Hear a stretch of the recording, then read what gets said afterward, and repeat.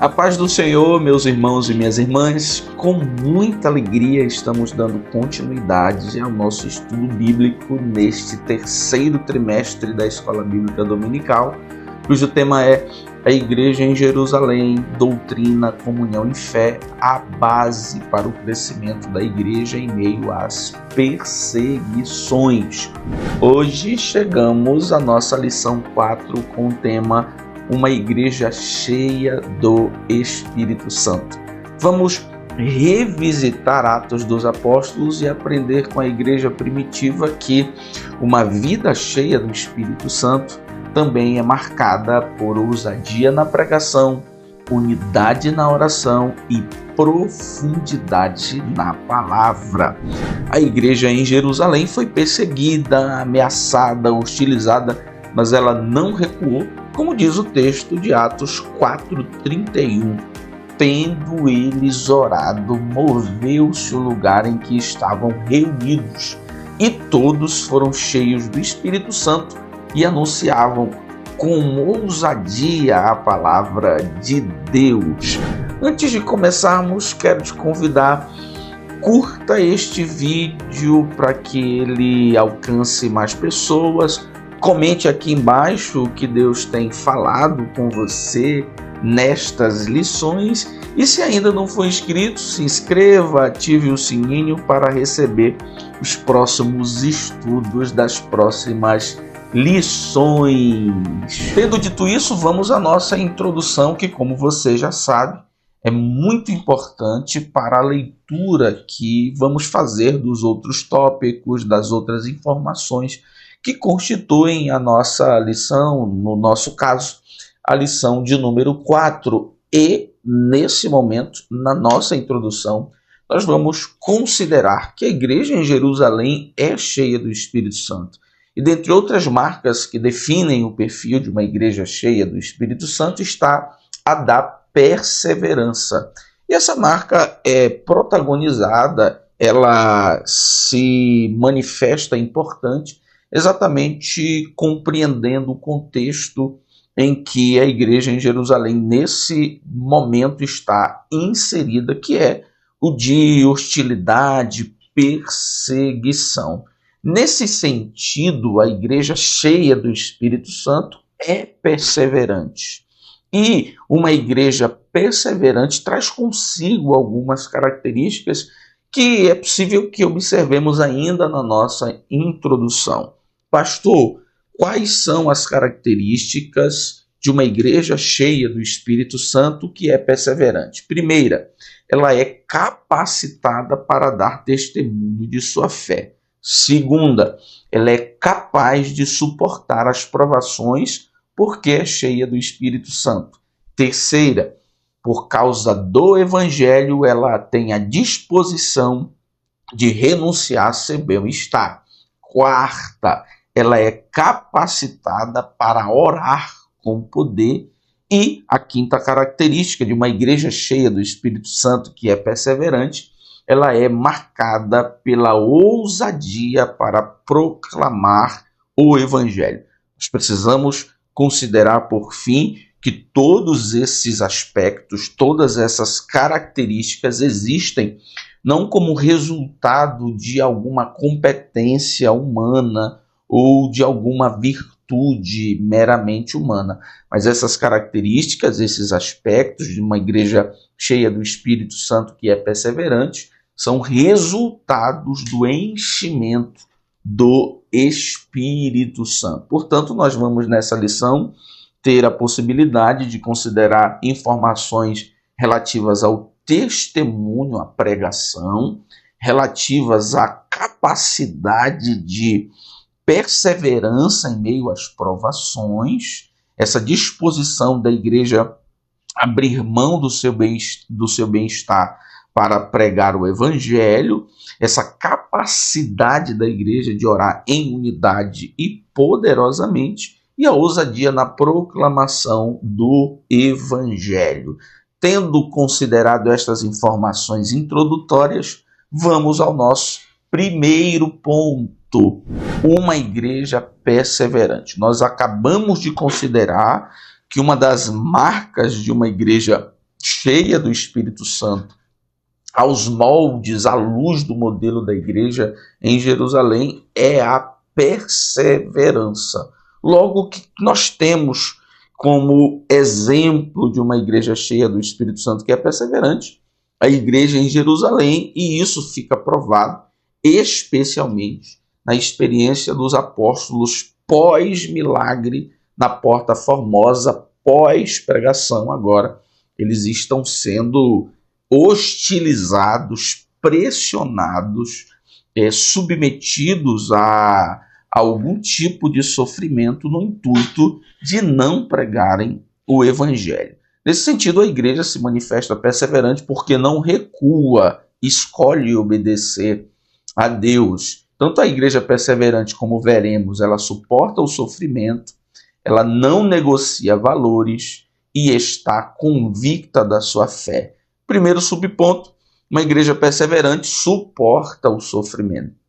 Após sua pregação, junto à Porta Formosa, Pedro e João são levados presos e, posteriormente, ameaçados por pregarem o nome de Jesus.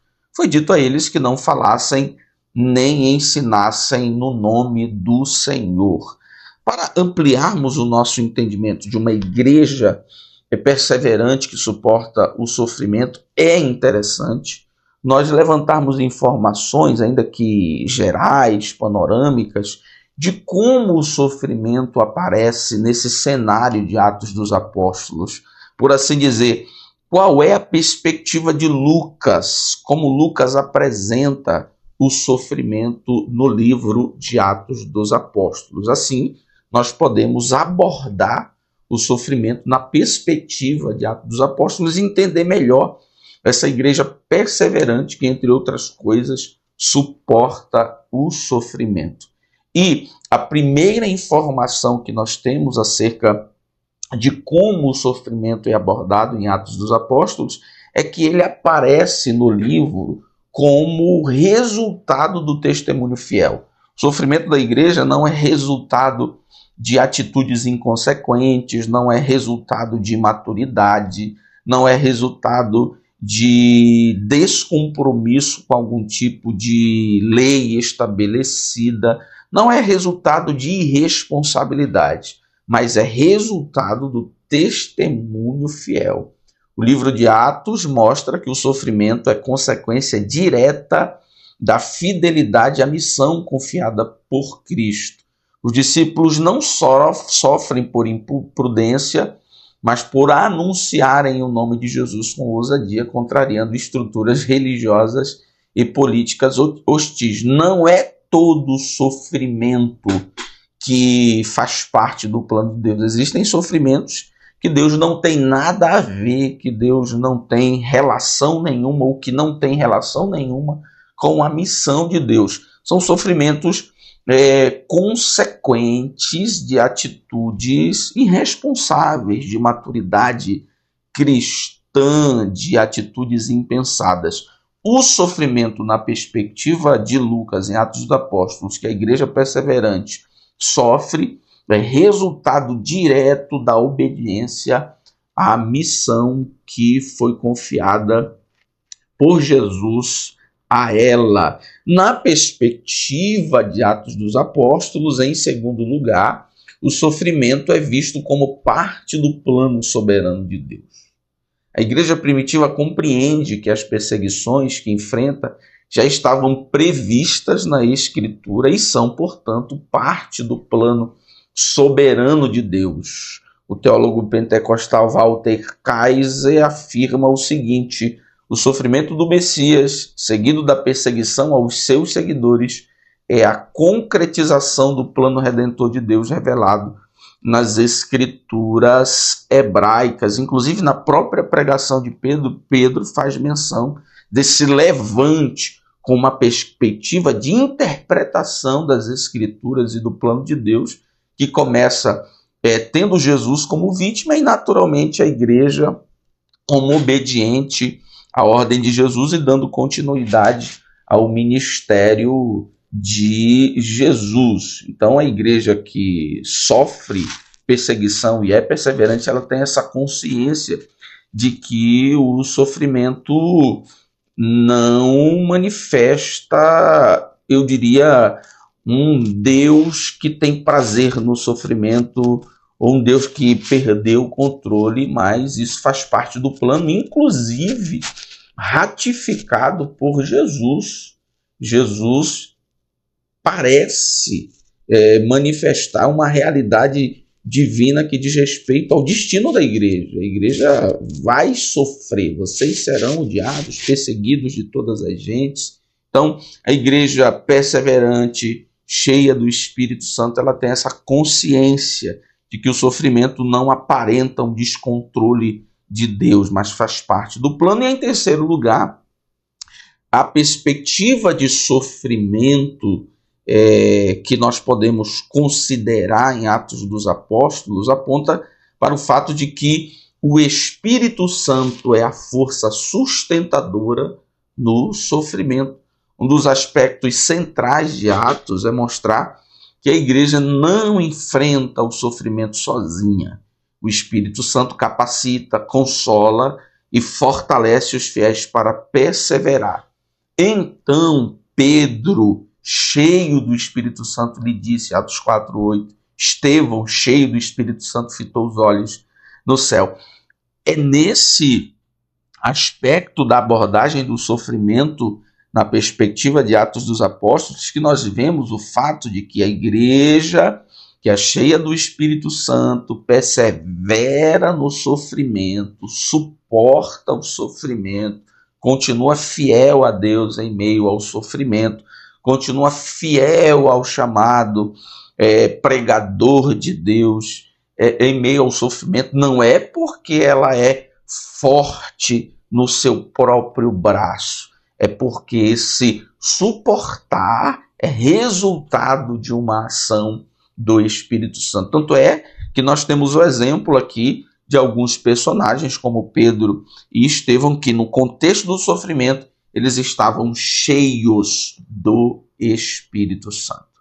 Uma igreja perseverante suporta o sofrimento, e uma igreja perseverante, segundo subponto, não negocia valores.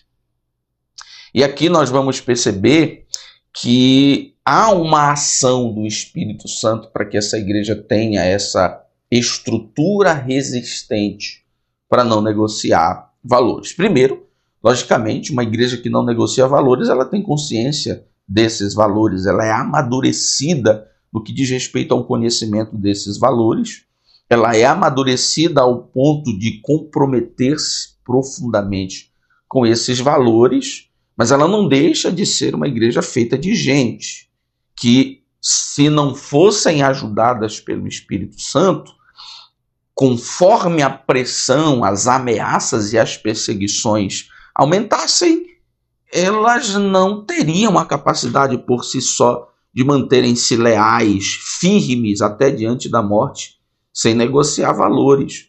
É que nós precisamos considerar que a igreja que não negocia valores o faz porque ela é consciente desses valores, mas é ajudada na hora do sofrimento, na hora da perseguição, na hora da tribulação, na hora da pressão pelo Espírito Santo. E nesse sentido nós podemos falar de uma espécie de capacitação para uma fidelidade resistente.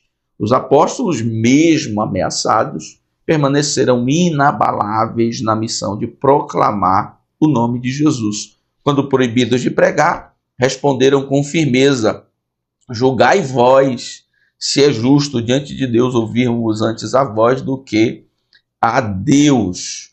O teólogo Craig Keener considera o seguinte, perceba com atenção, a coragem deles, capacitada pelo Espírito, desafiava diretamente as expectativas sociais e religiosas de obediência cega à autoridade humana. Nós estamos falando aqui de uma espécie de STF religioso, que era o Sinédrio, composto por uma série de camadas religiosas e políticas. Então, nesse contexto,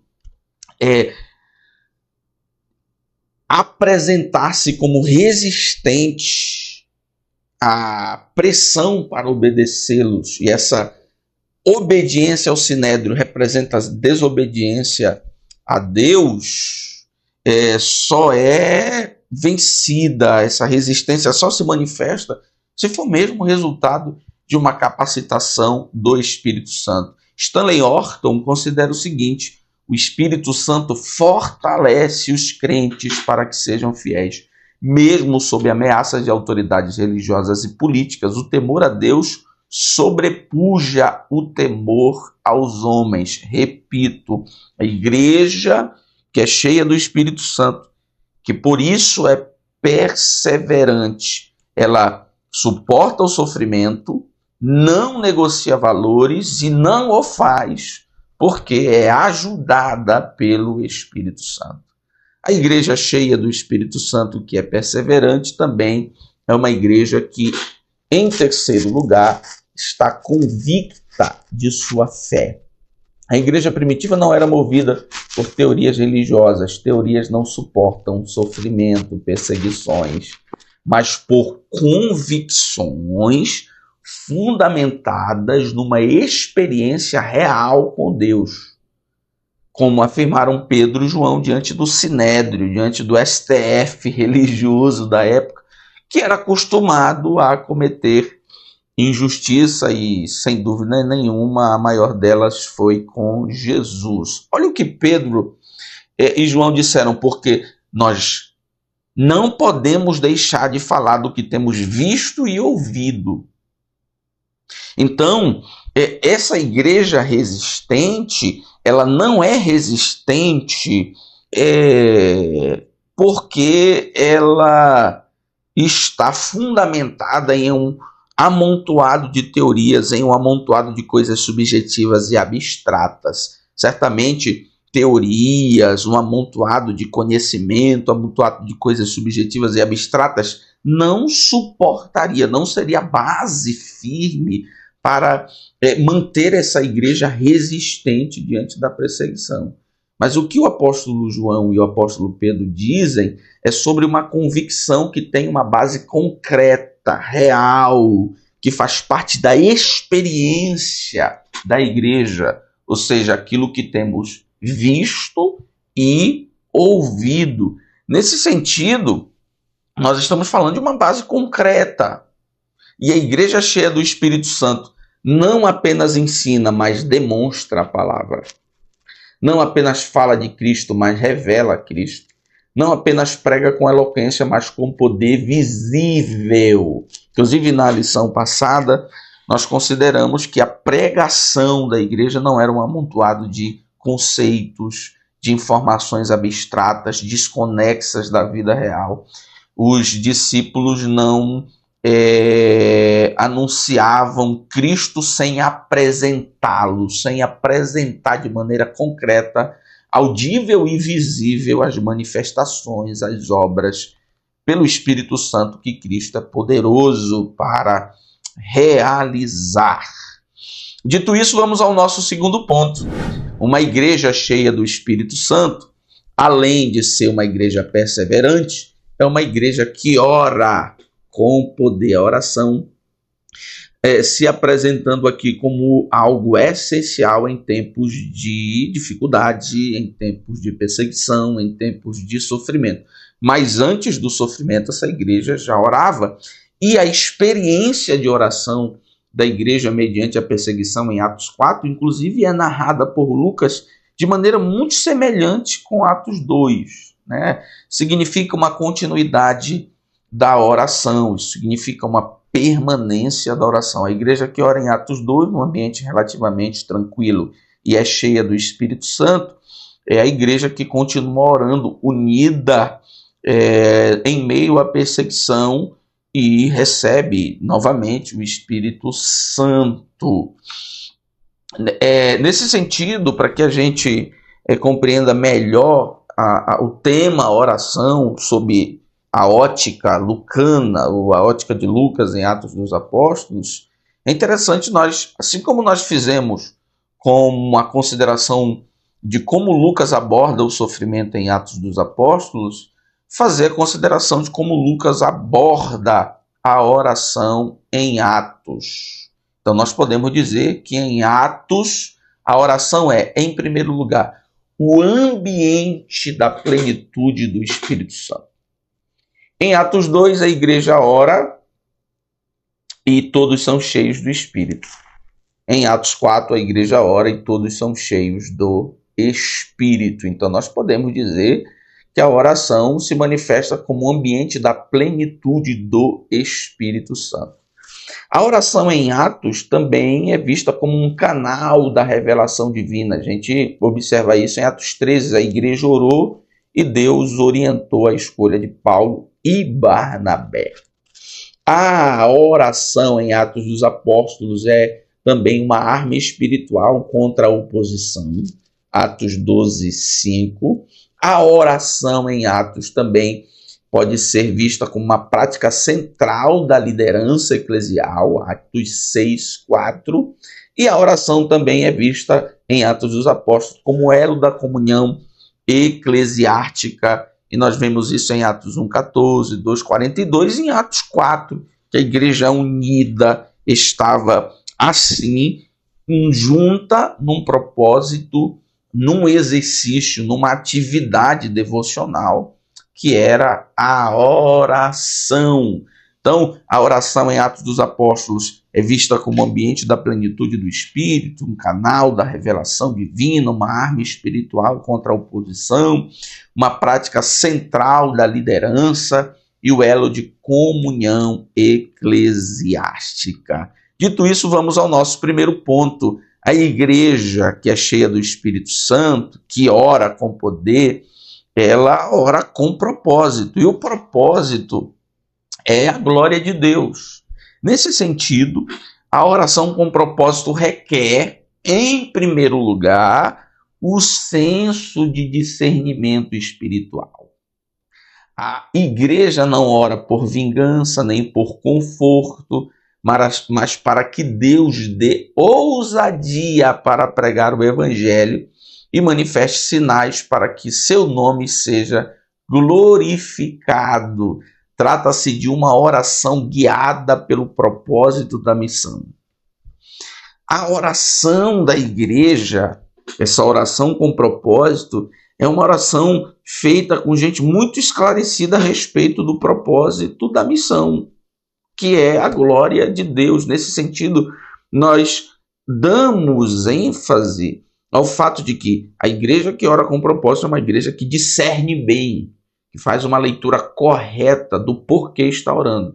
Ela não está orando para que Deus livre, não há uma oração. Não está orando para que Deus mate os sacerdotes e os componentes do Sinédrio. Deus mate lá os juízes do STF religioso dos tempos da igreja primitiva. Não está orando para que os adversários da igreja sejam amaldiçoados e a igreja suba no palco, o pregador esteja no palco, seus adversários estejam na plateia. Não, isso é resultado de uma doença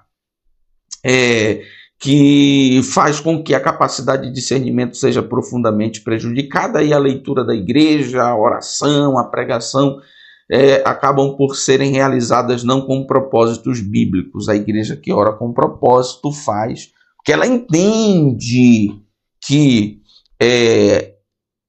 tudo é para a glória de Deus. A igreja, portanto, que ora com propósito, ora com esse discernimento que nos ensina a nos livrarmos das tentações, de fazermos algumas orações que não estão de acordo com a vontade de Deus, não estão de acordo com o propósito de Deus. A oração bíblica, a oração com propósito, é uma oração que consegue discernir em meio às perseguições, em meio às adversidades, em meio aos levantes coletivos ou pessoais, que não se trata da nossa questão, do nosso nome, mas da glória de Deus. Essa oração busca a glória de Deus e não a exaltação pessoal. A oração pentecostal genuína é marcada pela busca do cumprimento da missão e pela exaltação de Cristo. O propósito da oração nunca é meramente pessoal, mas cristocêntrico. É uma consideração do teólogo pentecostal Robert Maisins. Segundo subponto, a igreja cheia do Espírito Santo, além de orar com propósito, ora em unidade. E ouvindo eles isto, unânimes, levantaram a voz a Deus. A igreja primitiva revela que a oração comunitária feita em unidade foi fundamental para a continuidade da missão em meio à perseguição. E nós percebemos que essa unidade ela é contínua. Nós já fizemos menção de como é descrita essa comunhão, essa unidade. Fizemos menção que é resultado também, essa unidade, de uma ação do Espírito Santo. Mas a igreja que é unida em oração em Atos 2 é a igreja que continua unida em oração em Atos 4. E é possível que a gente considere sobre a unidade da oração algumas informações importantes. Primeira delas, unidade não é uniformidade. A igreja que é unida não é uma igreja de pessoas iguais. A igreja que é unida é uma igreja que, apesar das suas diferenças, vive em comunhão. A diversidade entre os membros não impede a oração eficaz. Homens e mulheres, judeus e prosélitos, jovens e idosos estavam juntos, clamando ao Senhor em concordância. Afinal de contas, essa igreja que havia sido constituída pela ação sobrenatural do Espírito Santo é feita, nesse primeiro momento, de uma diversidade étnica considerável. Então, essa unidade não é uniformidade, mas é uma unidade apesar das diversidades, o que acaba por ser também uma ação espiritual. A unidade em Atos não é baseada na homogeneidade cultural ou social, mas o Espírito que une corações diferentes em torno de uma mesma missão. Outra consideração sobre a unidade da oração é que a oração unânime atrai a intervenção divina. Não é um orando para ali e outro orando para cá. Repito, assim como a igreja estava reunida em oração em Atos 2 e houve uma intervenção divina, a igreja em Atos 4 está reunida em oração, em unanimidade, e há uma manifestação, uma intervenção divina. A oração da igreja, feita em uníssono, produz impacto imediato. Tremeu o lugar em que estavam reunidos e todos foram cheios do Espírito Santo. A unidade no clamor gerou um mover visível da presença de Deus. A unanimidade, considera Roger Stronstad, era mais do que uma atitude social, era um produto do Espírito em operação. Imagine, senhoras e senhores, uma igreja nascente, novíssima, de uma variedade étnica considerável, onde existe, do ponto de vista cultural, uma série de preconceitos que, do ponto de vista humano, não permitiria a continuidade dessa igreja, agora ainda mais diante da perseguição. Essa unidade não pode ser resultado de metodologias humanas, mas resultado também de uma ação do Espírito Santo. E é isso que nós consideramos também sobre a unidade. A unidade é uma obra do Espírito Santo. O Espírito Santo é o agente da unidade. Robert Menzies considera o seguinte: o Espírito Santo não apenas capacita, mas unifica os crentes em torno de uma só esperança e missão. Ele é autor da unidade em Atos. O Espírito Santo em Atos não é apenas o capacitador, não dá apenas competência. Eu vou dar competência e vocês que se virem aí para se tornarem amigos. Não. É a ação de Deus, a ação do Espírito Santo em Atos dos Apóstolos, ela não acontece num contexto de divisão, mas num contexto de unidade. Portanto, o mesmo Espírito que capacita é o mesmo Espírito que produz a unidade, ajuda os irmãos a viverem em unidade. E a igreja cheia do Espírito Santo que ora com poder, além de orar com propósito, chamando atenção para o discernimento do propósito da obra que é a glória de Deus.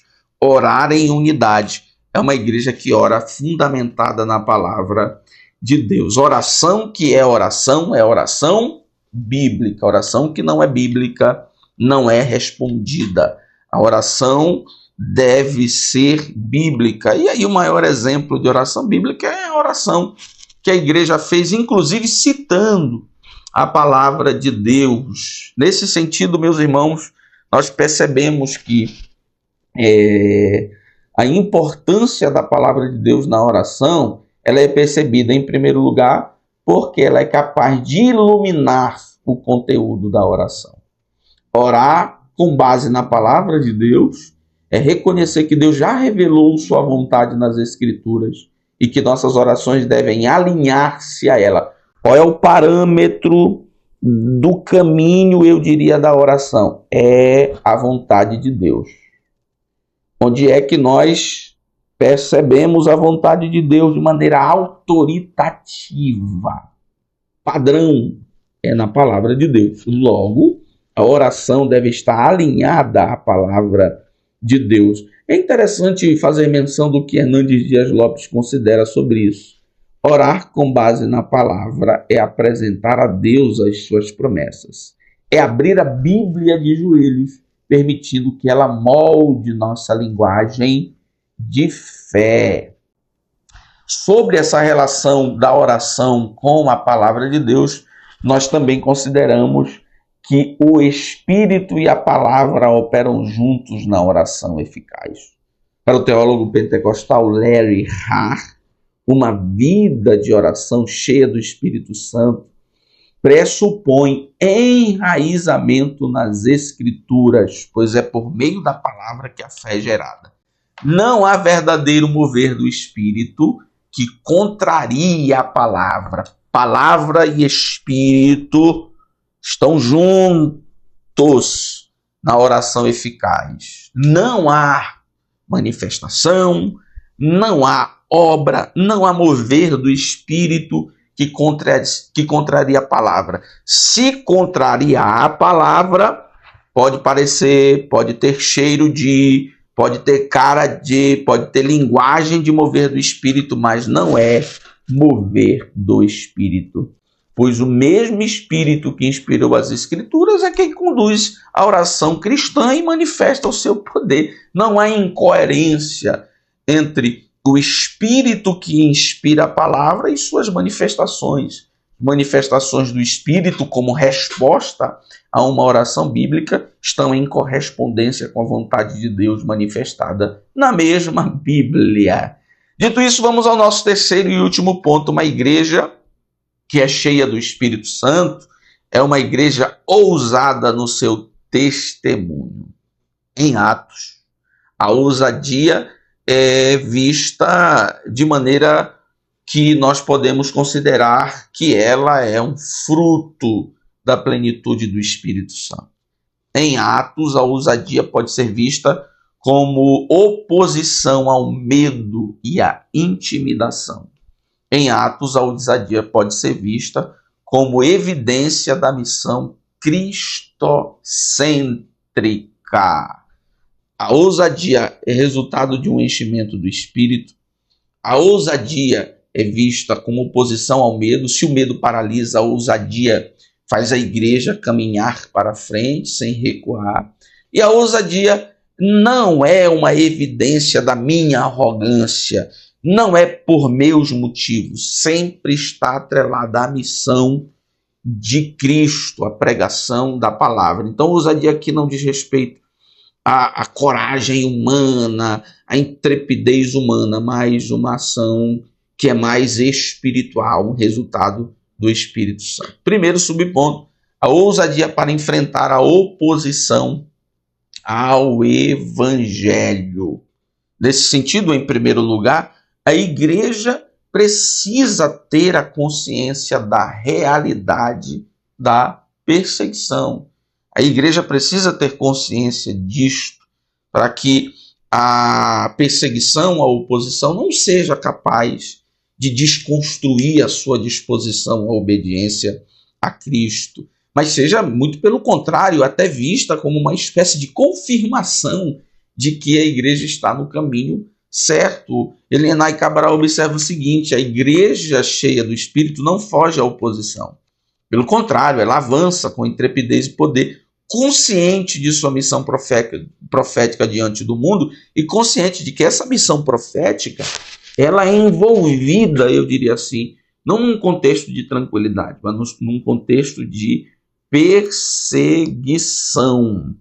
A igreja que tem a ousadia para enfrentar a oposição ao evangelho, ela reconhece que a ousadia é uma resposta espiritual à perseguição. Não é uma resposta da ignorância, da valentia, do poder, do pregador.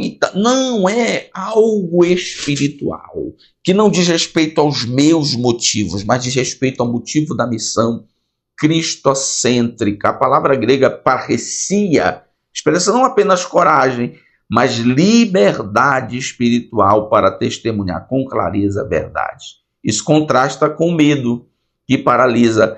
Craig Keener considera o seguinte: a ousadia dos discípulos não era arrogância, mas confiança fundamentada em sua experiência com Cristo e no empoderamento do Espírito Santo. Então, ousadia é resultado tanto de uma consciência da realidade da perseguição, e como também de uma consciência de que o mesmo Espírito que capacita é o Espírito que promove a unidade e é o Espírito que dá a coragem para enfrentar a oposição e continuar a missão da pregação.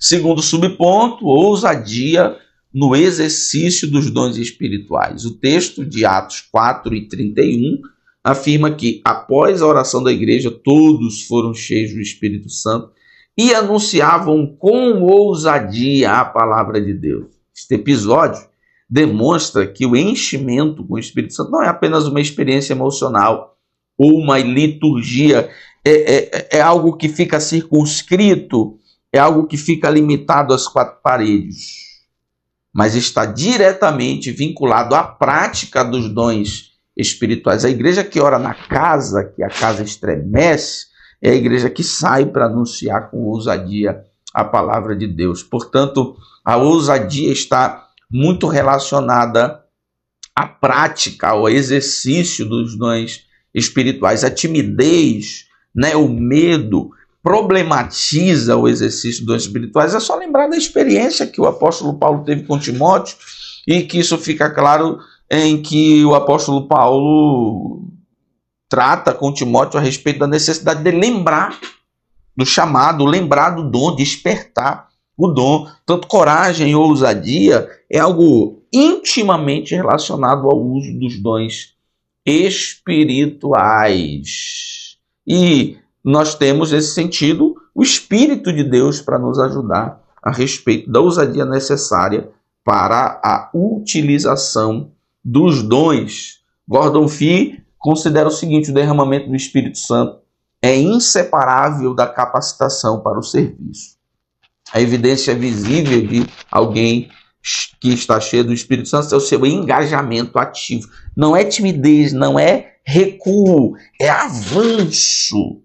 Mas não avanço com gaiatice, não avanço com arrogância, não avanço humano, mas avanço na ousadia do Espírito, a coragem do Espírito, especialmente por meio dos dons espirituais. E em terceiro e último lugar, a ousadia na exposição da palavra.